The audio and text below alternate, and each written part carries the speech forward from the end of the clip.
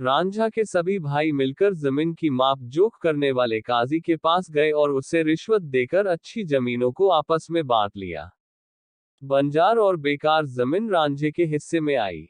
यह सब देखकर रांझा के दुश्मनों की खुशी का तो ठिकाना नहीं था। अब वे समाज में घूम घूम कर कहने लगे कि अब रांझा को भाइयों ने जाल में अच्छा फंसाया है।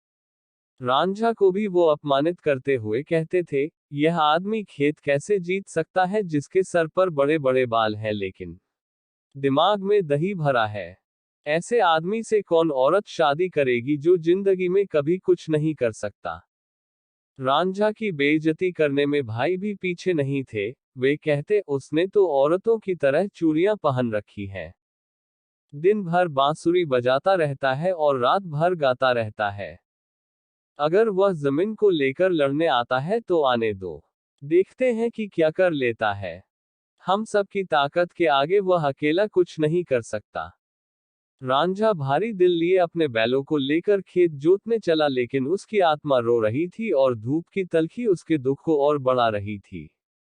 खेत जोतते हुए जब थक गया तो वह छाया में जाकर लेट गया और आराम करने लगा।